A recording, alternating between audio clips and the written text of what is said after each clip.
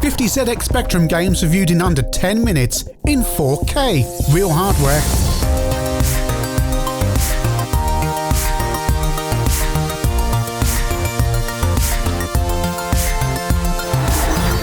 Welcome to ChinnyVision, the YouTube channel where we review games using the real hardware. And today we're going to look at 50 ZX Spectrum games in under 10 minutes in 4K. So turn your display up to 4K so you can see real hardware in 4K. Starting now. The Atari Classic Ball Blazer lands on the Specky. Sadly, it's unattractive and slow and is by far the worst of the 3 UK home micro versions. Hard? Yes. Unfair? Yes. But Jet Set Willy is the granddaddy of all multi-screen free-roaming games and has a charm and playability that many of its successors forgot. The 16-bit classic Lemmings landed on the Specky in 1991 and manages to work just fine without a mouse. It's surprisingly playable, but no reason today to play this other than curiosity. Ed the Duck is a rubbish Rainbow Islands clone with the Quacking Glove puppet thrown into the mix. I'd like to throw all of this down a mine. Sansin is a C64 classic, however, it's not a Spectrum classic. Jump for victory with Zub, finely tuned arcade action at a budget price from the Pickford Brothers. Seek the 128K version that has a cracking in-game tune. It's a Knockout wasn't even a regular TV show when this tat came out. No fun at all, and only a tenuous link to the Stuart Hall fronted show. Least said about him the better these days. Weetabix vs. the Titchies is a Space Invaders clone that's exactly like the breakfast cereal, when it's eaten dry. Vector-based thrills with thrust. Hard? Yes, but it's well implemented and rewarding if you can master it. MiG-29 is a budget afterburner clone from Codemasters. A fraction of the price of the original, but a fraction of the thrills as well. Ninja was one of Mastertronic's top-selling titles. A fun, if short game. But you couldn't complain for the price though. The Untouchables is yet another ocean multi-stage game that follows a movie. This one has some class, however, and the levels seem a genuine fit to the movie's plot. Pac-Land is a monochrome conversion of a flawed arcade game. There's a patch that restores the game's colour but makes it even more of a mess. Ikari Warriors meets Green Beret in its budget Codemasters release. Nowhere as good as either of those games though. Dragon Ninja is a beat-em-up that is a better example of one of the genre's arcade conversions. Nice graphics, if repetitive gameplay. You can say that about a lot of beat-em-ups though, can't you? Bounder is a top-down arcade puzzler from Gremlin. Monochrome graphics make this unnecessarily hard to play. Breakout games may be old hat, but this freebie from your Sinclair beats all of the commercial offerings into a cocked hat. WC Le Mans is the second best racing game on the Specky. It's fast, it's smooth, it's really, really fun. Supremely polished and everything a good racer should be. Mikey is a good conversion of an average arcade game. Worth a blast, if a tad hard. Army Moves is a legendary game from Dynamic. Legendary because it's incredibly hard, but it has nice large sprites. Jetpack is an arcade quality game from Ultimate Play the Game in your home. Assemble the rocket, collect the fuel, and off you go. And then you do it all over again, and the difficulty ramps up to insane levels. Collect the treasure by finding the keys that open the doors in Booty. An overlooked classic. Although you'll have to explain to youngsters what booty means in this context though.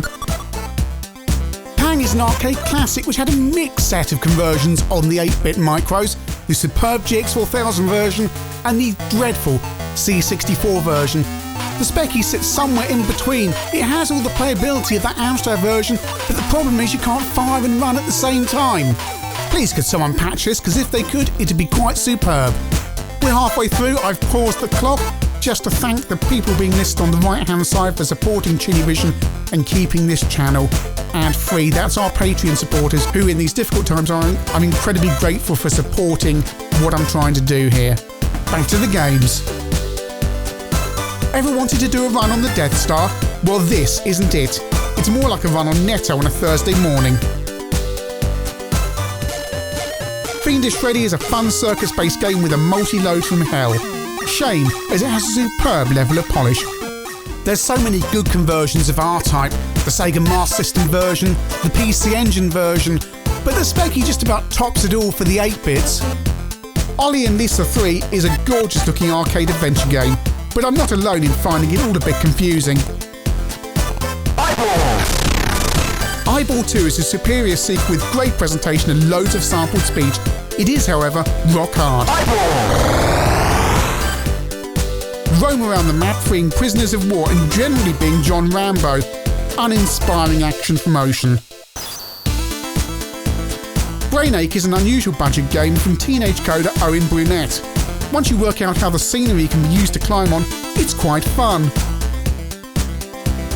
More Codemasters budget action with Super Stuntman, a game that doesn't work well on any level and rewards you for crashing. Well, until you crash for the third time, that is. Ludicrous concept, no fun at all, and just plain rubbish. Coin-op classic Operation Wolf comes to the Spectrum and works remarkably well, even without the light gun. The pathetic Pablo Brothers was a Your Sinclair Basic tutorial game that ended up on the cover tape. Impressive for a few lines of basic, but hampered by the Specky's slow basic interpreter. The top-down football game from Amco Kickoff was actually released on the Specky, although many people don't know this. It could have been good, but it just doesn't work. Shoot the birds, ride your horse, shoot the baddies, then stop the train. What else can it be? It's Kane. Great game. Gallop #1 for 73 years and for good reason. Robocop is the definitive 8-bit tie-in movie conversion game. I have niggles with it, but a sales figure of 10 billion copies can't be wrong, can it? From the Atari 2600 to your Spectrum, great high-resolution version of River Raid. If you bought Action Biker thinking it was the same as the C64 and Atari version, you'd be wrong. This is a totally different game. Forget that isometric free roaming. This is a primitive top-down game that sees you riding around a confusing map looking for items. Bat and ball games are a staple of gaming from the dawn of computing. This conversion of the Konami arcade game is quite good, but lacks the fluidity of the CPC version. It's Dizzy. No, really, it's Dizzy.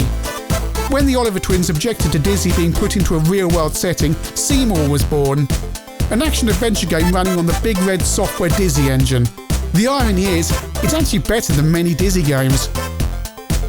Solid conversion of Rampage from the arcade. You and a mate can smash up buildings on your Spectrum. Colourful sprites capture the spirit of the arcade well. A new bomb but the same lame old Domark. Living Daylights captures key scenes from the film badly. You don't even get to drive the Aston. That's not the caption generator, by the way. The original Dizzy sets a standard and is probably the tightest design of the lot. Skyfox is a great idea for a 3D shooter. Trouble is, it would be 10 years before home micros could really do this kind of thing justice. As such, it really doesn't work.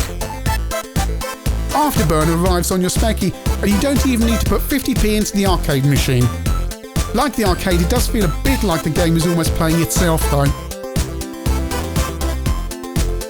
Chase HQ is quite superb. The pinnacle of the racing game on the Specky, nay the 8-bits by quite some distance. Fast, smooth and fun. 128K owners get sampled speech as well. There aren't many darts games of note on the home micros, but this is the best. Full of character and with great replayability in 2-player mode. 3D Deathchase came top of the Your Sinclair Top 100 games of all time. I cannot disagree. Development on Quadrant started in the 80s and was complete last year. Great game that takes a while to get into, but once you're in, you'll be hooked. The Paul Works Classics lands on the Specky. While it's not as polished as some of the other versions, it's still a reasonable port of the classic game. Stop the clock. Well, there you go, we did that. Third of those I managed to get done. within the time limit. Thank you for watching. Hopefully that's given you a few ideas of some games to play on your Spectrum. And do check out my C64 50 games and CPC 50 games videos as well as the other videos on ChinnyVision. ChinnyVision comes out every Thursday, and with the current situation, I'm also putting bonus videos out at the weekend as well. Thanks for watching. Hope to see you soon.